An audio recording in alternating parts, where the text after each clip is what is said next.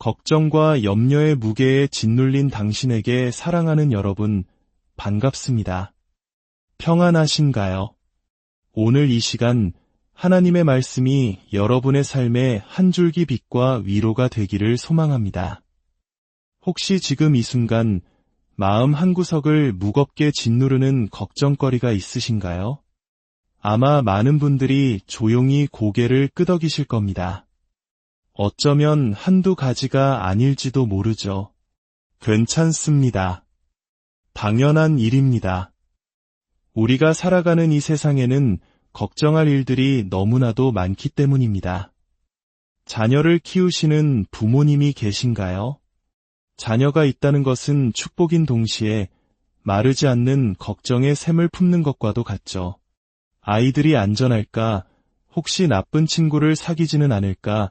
정신적으로 힘들어하지는 않을까? 하루에도 수십 번씩 마음을 졸이게 됩니다. 어디 그뿐인가요? 뉴스를 켜면 들려오는 소식들은 어떻습니까? 불안정한 경제 상황, 끝없이 치솟는 물가와 금리, 불확실한 미래. 많은 이들이 과연 이 험난한 세상에서 제대로 살아남을 수 있을까 하는 재정적인 압박감과 두려움에 시달리고 있습니다. 특히 한국 사회처럼 치열한 경쟁 속에서 내 집 마련의 꿈은 점점 멀어지는 것처럼 느껴지고 노후에 대한 불안감은 날마다 커져만 갑니다.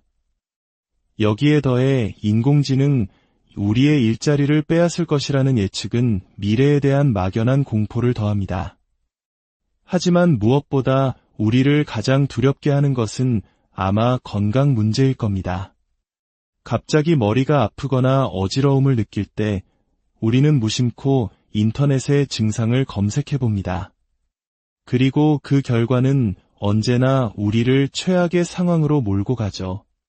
혹시 큰 병은 아닐까 하는 생각에 사로잡혀 뜬 눈으로 밤을 새우기도 합니다. 이처럼 사방이 온통 걱정거리로 둘러싸인 세상 속에서 걱정 없이 산다는 것은 거의 불가능해 보입니다. 하지만 바로 오늘 여러분께 정말 좋은 소식이 있습니다. 우리를 사랑하시는 예수님께서는 우리에게 놀라운 약속을 주셨습니다.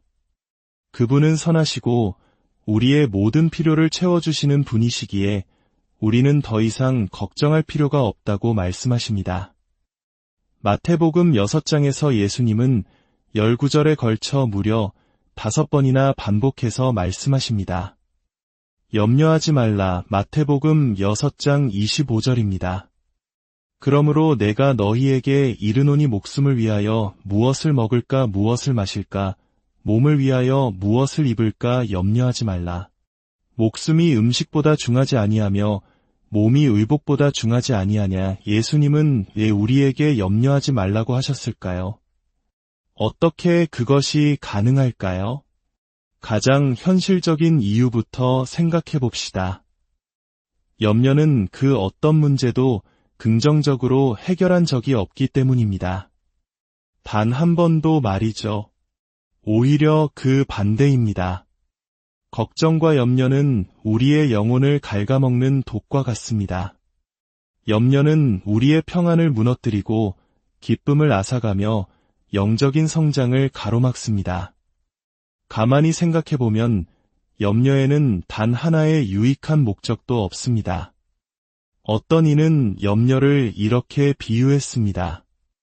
염려는 흔들의자에 앉아있는 것과 같다. 무언가 계속하고 있는 것 같지만 실제로는 한 발짝도 앞으로 나아가지 못한다. 정확한 비유가 아닐 수 없습니다. 우리는 걱정거리를 끌어안고 앉아 안절부절 못하며 속을 끓이지만 상황은 조금도 나아지지 않습니다. 오히려 우리의 마음만 황폐해질 뿐입니다. 돈 문제로 걱정한다고 해서 없던 돈이 생기지 않습니다. 건강을 염려한다고 해서 몸이 더 건강해지는 것도 아닙니다. 자녀를 밤새 걱정한다고 해서 그 아이를 위험으로부터 완벽하게 지켜낼 수도 없습니다.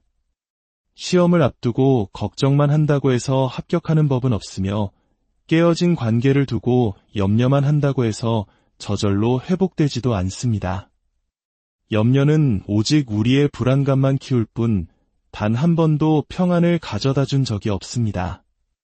바로 이 지점에서 예수님의 약속이 우리에게 큰 힘이 됩니다. 하나님은 신실하시고 선하시며 언제나 우리의 필요를 공급하시는 분이시기에 우리는 염려하지 않아도 된다는 것입니다. 오늘 본문에서 예수님은 우리의 염려를 이겨낼 세 가지 방법을 가르쳐 주십니다. 우리는 세 가지를 바라보아야 합니다. 첫째는 우리의 하나님 아버지를 바라보는 것입니다. 둘째는 우리의 믿음을 바라보는 것입니다. 셋째는 우리의 미래를 바라보는 것입니다. 먼저 우리는 하나님 아버지를 바라보아야 합니다. 그분은 언제나 신실하시기 때문입니다. 마태복음 6장 26절에서 예수님은 이렇게 말씀하십니다.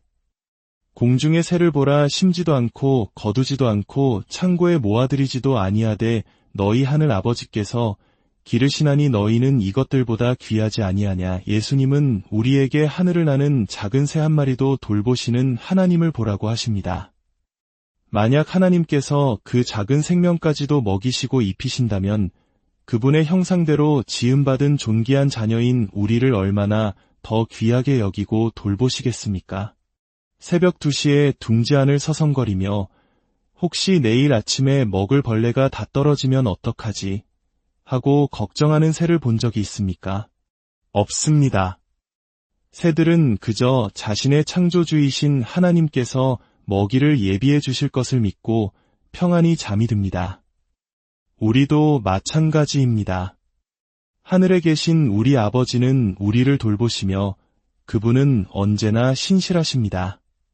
물론 이런 질문이 생길 수 있습니다. 눈에 보이지 않는 하나님 아버지를 어떻게 믿고 의지할 수 있나요? 충분히 가질 수 있는 질문입니다. 어린아이가 천둥 번개가 치는 무서운 밤에 부모님 방으로 달려가는 것을 상상해 보십시오. 아이는 아빠, 무서워요. 같이 자고 싶어요. 라고 말합니다. 그때 부모가 얘야, 내 방에도 하나님이 함께 계시니 괜찮아. 하나님이 널 지켜주실 거야 라고 말한다면 아이는 뭐라고 대답할까요? 아마 이렇게 말할지도 모릅니다. 그러면 엄마 아빠가 하나님이랑 같이 주무세요.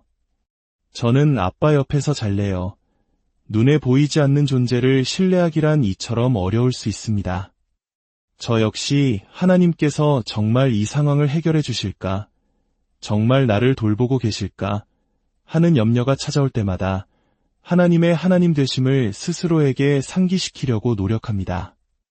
기억하십시오.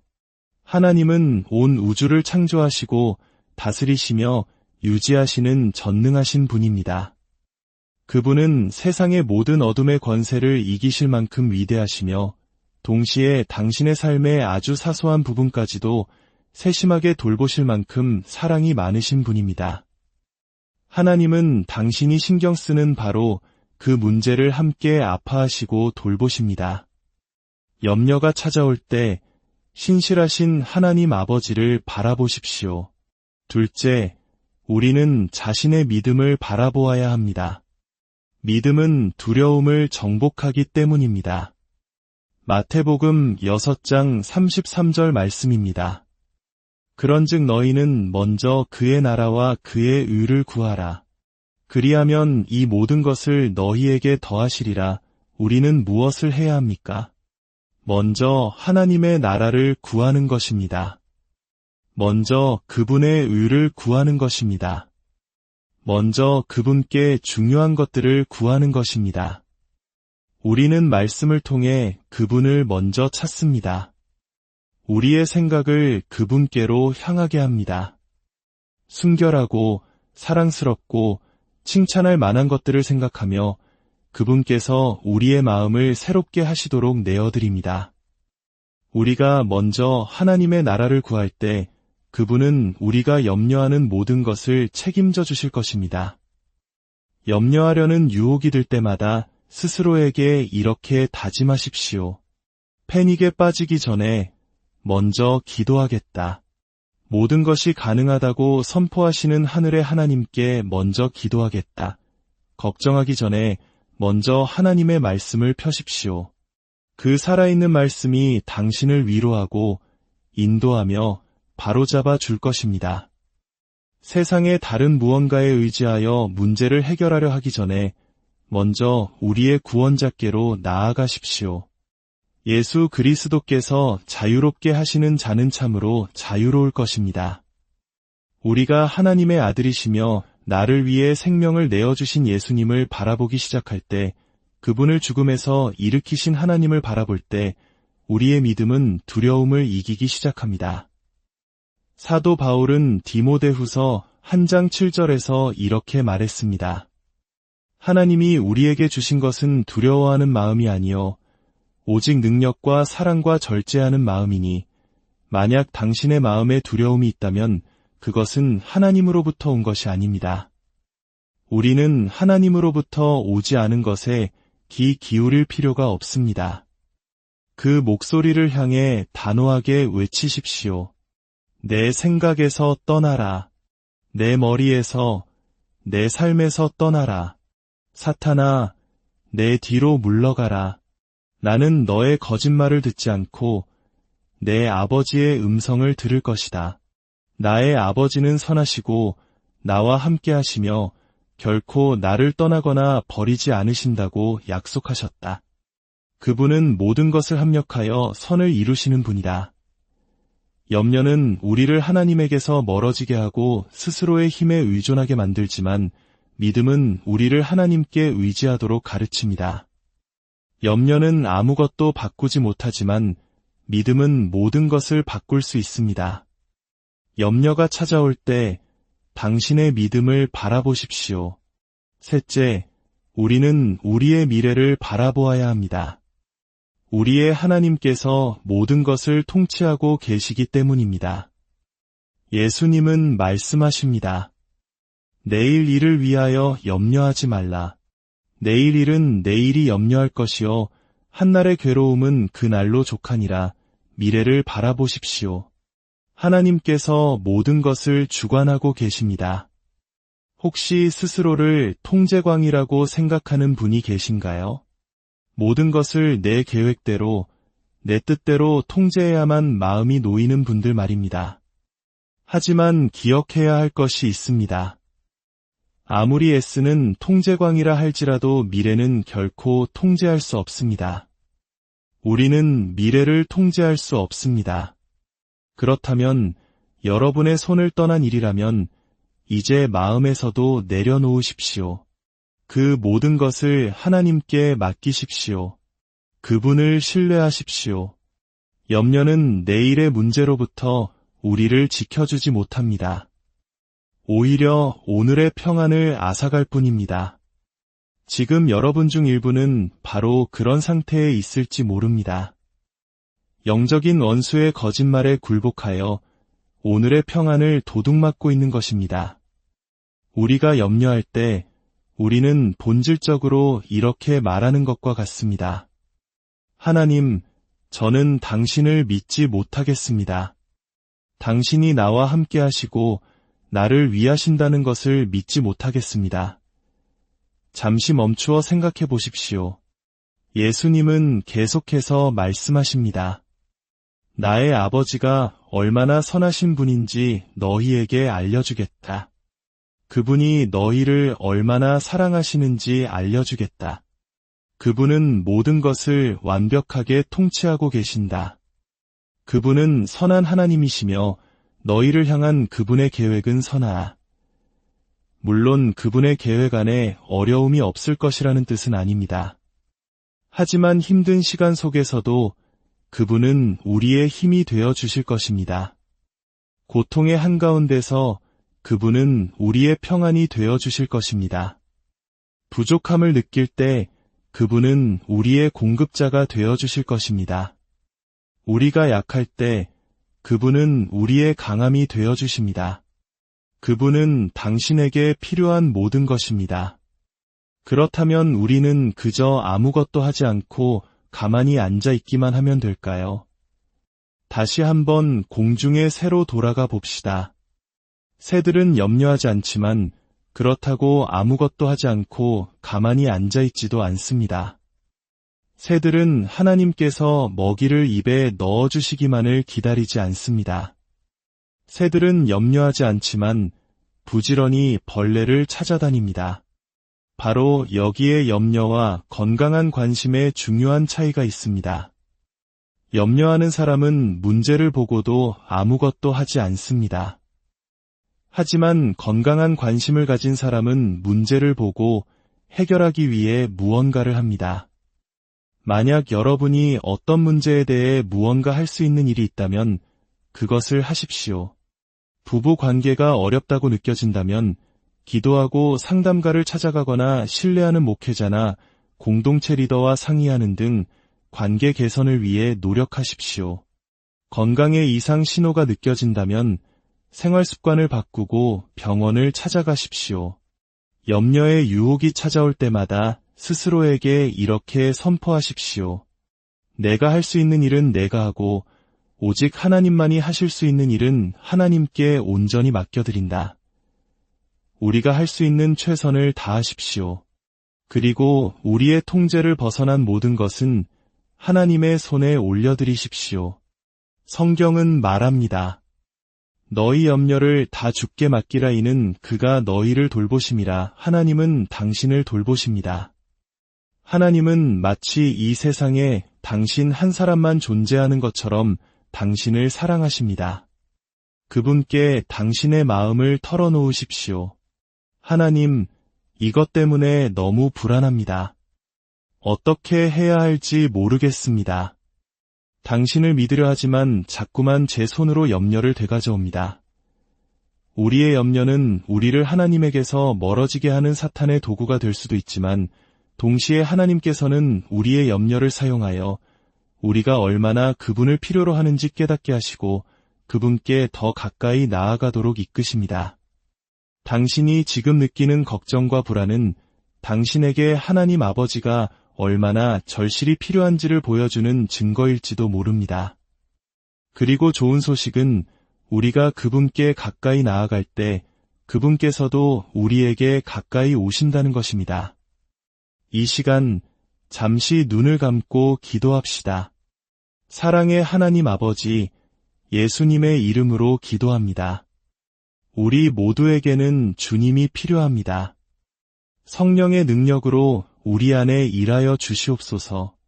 지금 당신의 마음에 무거운 짐, 부담, 걱정, 불안이 있다면 믿음으로 그 모든 것을 하나님의 손에 올려드리는 것을 상상해 보십시오. 이렇게 기도하십시오. 하나님, 제 결혼 생활을 주님께 맡깁니다. 하나님, 저의 재정을 주님께 의탁합니다. 하나님, 저의 건강과 사랑하는 이들의 건강을 주님께 맡깁니다. 하나님, 저의 자녀들을 주님께 맡깁니다. 하나님, 저의 정신적인 연약함을 주님께 맡깁니다. 하나님, 저의 직장과 미래를 주님께 맡깁니다. 하나님, 저는 모든 것을 다 이해할 수도 해결할 수도 없습니다. 하지만 주님을 신뢰합니다. 제가 할 수 있는 모든 것을 신실하게 행하겠습니다. 그리고 오직 주님만이 하실 수 있는 일은 온전히 주님께 맡겨드립니다. 우리를 도우사 항상 주님을 신뢰하는 믿음으로 충만하게 하옵소서. 어떤 분들은 오늘 이전과는 비교할 수 없는 큰 믿음의 발걸음을 내딛어야 할지도 모릅니다. 하나님께서 당신을 얼마나 사랑하시는지, 얼마나 선하신 분인지 기억하십시오. 하나님은 당신을 너무나 사랑하셔서 독생자 예수님을 이 땅에 보내셨습니다. 죄 없으신 예수님께서 당신을 대신하여 십자가에서 죽으시고 하나님께서는 그를 죽은 자 가운데서 다시 살리심으로 죽음과 죄와 지옥의 권세를 이기셨습니다. 이제 누구든지 바로 당신을 포함하여 모든 이름 위에 뛰어난 이름 예수 그리스도의 이름을 부르는 자는 구원을 얻을 것입니다. 당신이 예수님의 이름을 부를 때 당신의 모든 죄는 용서받고 당신은 완전히 새로운 피조물이 됩니다. 혹시 하나님과의 관계가 불확실하다고 느끼신다면 오늘 그 문제를 해결할 수 있습니다. 당신이 이 음성을 듣고 있는 것은 우연이 아닙니다. 하나님의 신실한 인도하심 가운데 당신이 부활하신 예수님의 능력을 만나기 위함이라고 저는 굳게 믿습니다. 당신의 죄로부터 돌아서서 예수님을 신뢰하기로 결단하십시오. 그분의 이름을 부르십시오. 그분은 당신의 기도를 들으시고 당신의 죄를 용서하시며 오늘 당신을 새롭게 하실 것입니다. 함께 기도하겠습니다. 하늘에 계신 아버지, 제 죄를 용서하여 주시고 저를 구원하시기 위해 예수님을 믿습니다. 예수님을 제 삶의 주인으로 모십니다. 저를 변화시켜 주시고 당신의 영으로 저를 채워 주시옵소서. 그리하여 제가 주님을 인격적으로 알고 세상의 주님을 신실하게 전할 수 있도록 도와주소서. 새 생명을 주심에 감사합니다. 저의 모든 것을 주님께 드립니다. 예수님의 이름으로 기도합니다. 아멘. 오늘의 말씀이 여러분의 마음에 깊은 평안을 주었다면 이 말씀을 주변 사람들과 나누어 주십시오. 어두운 세상에 작은 빛을 나누는 것과 같습니다. 여러분의 좋아요와 구독은 저희가 이 희망의 메시지를 계속해서 전하는 데 큰 힘이 됩니다. 모든 지각에 뛰어난 하나님의 평강이 그리스도 예수 안에서 여러분의